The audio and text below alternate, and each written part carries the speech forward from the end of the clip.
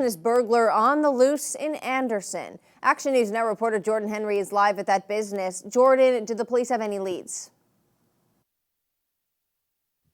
Not at this time, Haley. The owner of Average Ape Comics and Games tells me the thieves stole stuff that was irreplaceable.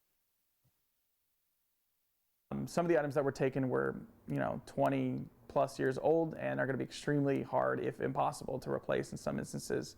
So that's a lot of what really stings of some of the higher end, more valuables that were taken. Travis Stephen has owned Average Ape Comics for 5 years. He says the pandemic forced him to close down his store. Stephen says most of his business is online, but was planning on opening his store back up. This couldn't have been timed worse for me. In my goal was to get back open again, like you said, in the summertime. I was really shooting for that because things were starting to really look up and pick up momentum, and so it's really frustrating and really difficult to kind of be at that point right now and have this happen. Chris Commenti is a sergeant for the Anderson Police Department. He says they're doing all that they can to catch the crook. It definitely affects you. You don't want this to happen to anyone, and it's an unfortunate thing that we, as police officers, try to do the best we can to prevent from happening.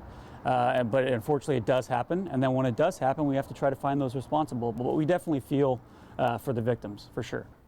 Stephen tells me besides taking his rare Pokemon cards like this one, they also took his camera equipment and his cash register. Thousands of dollars worth of stuff. They took a lot of graded cards. They took a lot of sealed product. My cameras, which for me are like my biggest thing. I do a show, and without those, I can't really operate. I realize that comics, especially, I mean, a lot of people don't realize it, but they're very profitable. And people collect them, and they can cost quite a bit of money. So I'm sure he lost quite a bit. It's really sad. And Stephen tells me the Anderson department doesn't have any leads on who did this, but they're going to be looking at surveillance footage from other stores in the area to catch who did this.